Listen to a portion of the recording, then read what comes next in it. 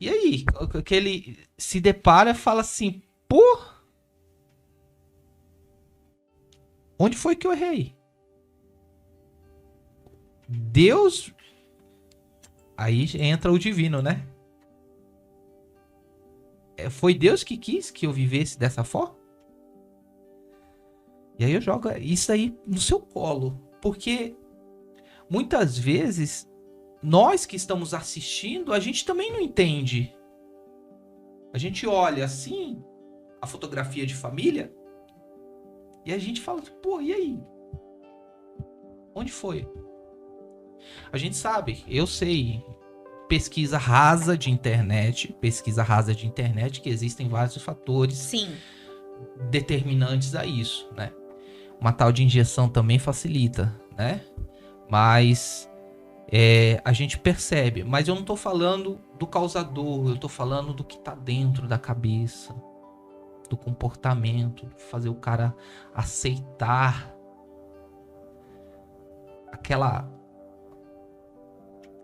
aceitação, aquele momento que ele vai falar assim, pô, será?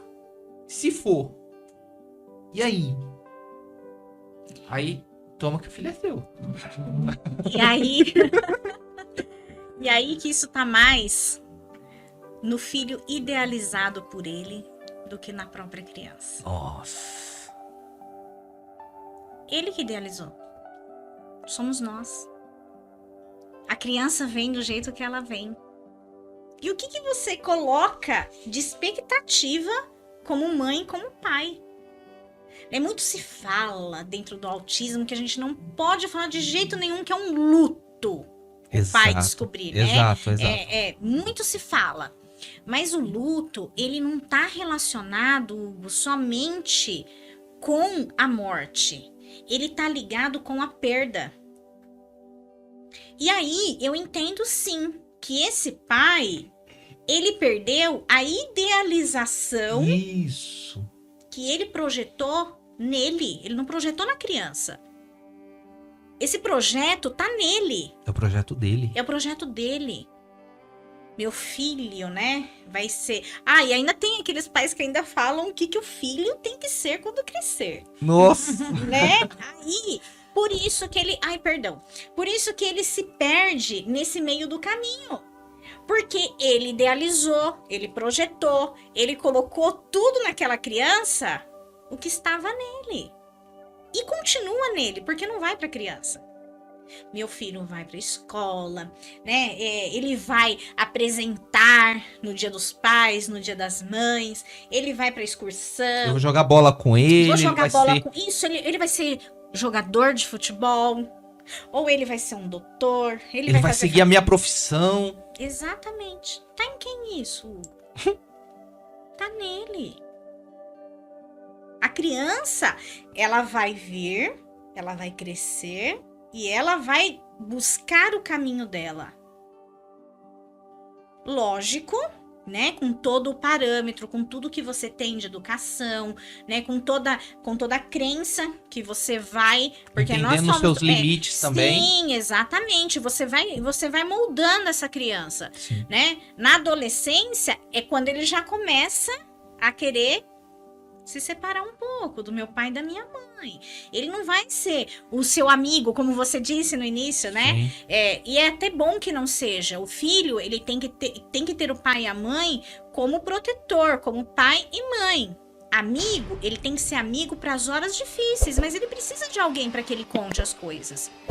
Ele precisa de alguém com quem ele contar, quando ele precisar, né? E aí, quando ele tá nessa época, ele já começa a ter projetos para a vida dele. E aí, essa idealização do pai, ele coloca sobre o filho. Mas tá nele. É dele essa idealização.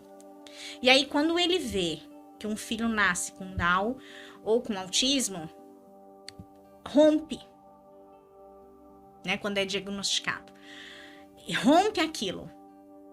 E aí, eu penso sim que isso pode ser um luto, porque o luto não é a perda de algo que você criou ali, você perdeu aquilo que você tem. Sim. Por mais que a gente diga assim, não existe o luto no autismo, não existe mesmo, porque a criança tá viva.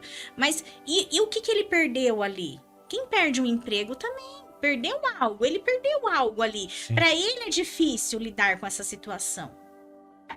E é exatamente tudo que está nele. E não o que está na criança. Porque essa criança, ela tem um diagnóstico, mas esse diagnóstico não impede ela de viver. Ela vai viver, como as outras crianças vivem. A criança não morreu, ela tá ali. Tipo, papai, eu tô aqui, aproveita, eu não cresci. Né? Então, esse luto que eu digo, assim, não é o luto da morte. Sim. Mas é o luto, porque ele vai passar por esse momento. Dos ideais do pai, né? Exatamente, dessa idealização que ele colocou exatamente, que é dele. Os ideais dele. Que direito que um pai tem de dizer pro filho que ele tem que seguir aquela profissão? A escolha é dele. Ele segue o que ele quer. Se ele quer ser professor, se ele quer ser dentista, o que ele desejar. Né? O pai tem que estar ali para aconselhar, para ajudar, para incentivar. Para ser pai, né? Para ser pai, exatamente. Pra ser pai. Né? E aí, essa criança que é autista não pode jogar bola? Como não? Essa criança que tem Down não pode jogar bola?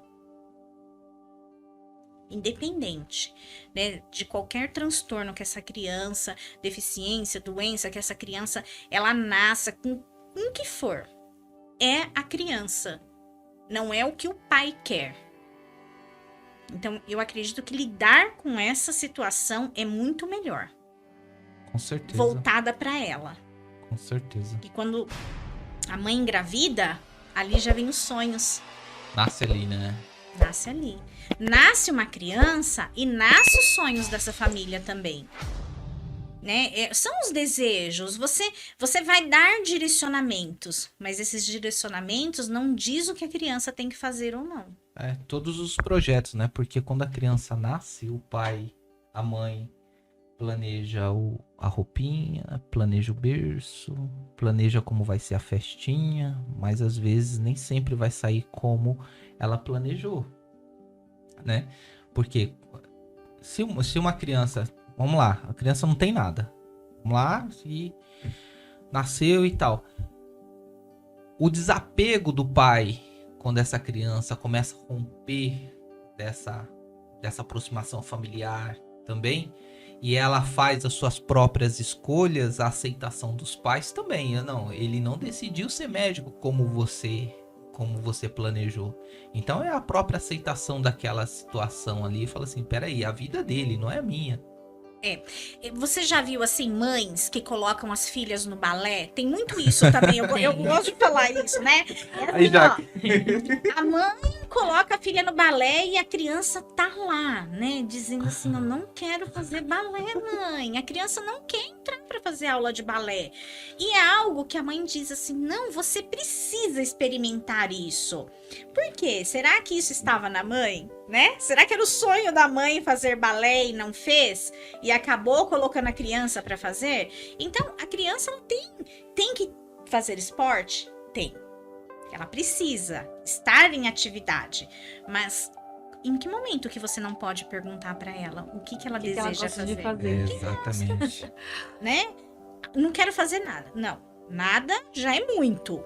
O nada é muito, né? Algo você vai precisar escolher. Olha quanto esporte a criança pode fazer. Quantas atividades essa criança pode fazer extracurricular. Porque não é só a escola. Existem os momentos que ela precisa também de sair desse ambiente de cobrança, né? Muita cobrança. E ela fazer algo que seja gostoso, que é um momento de descontração para ela. Prazer. Né? E aí foi perguntado para essa criança o que ela quer fazer ou só foi jogado? Normalmente a criança tem que obedecer os pais, né? Ela tem que obedecer os pais e engula isso. Agora eu vou falar em particular para mim, né? Eu fiz, né? O que eu fiz com os meus filhos? Eu falei assim, olha, a única opção que vocês não têm é deixar de estudar. Agora, escolher, vocês vão escolher. Mãe, me deixa 1 ano em casa? Não. Vai estudar. Né? Por que não? Vai ficar fazendo o que um ano em casa? É. Vai perder tempo pra quê? Você vai ter a vida toda aí, ó, pra você poder descansar. Se você estudar agora, pegar um enredo, você não se perde no meio do caminho. Ah, eu projetei no meu filho o que aconteceu comigo, né? Muitas pessoas vão fazer essa pergunta. Ah, você fez com o seu filho, os seus filhos, o que aconteceu, o que não aconteceu com você? Que eu não consegui estudar. Mas eu digo assim pra eles e sempre disse: estudar é a opção que vocês têm. A escolha é sua, mas deixar de estudar não.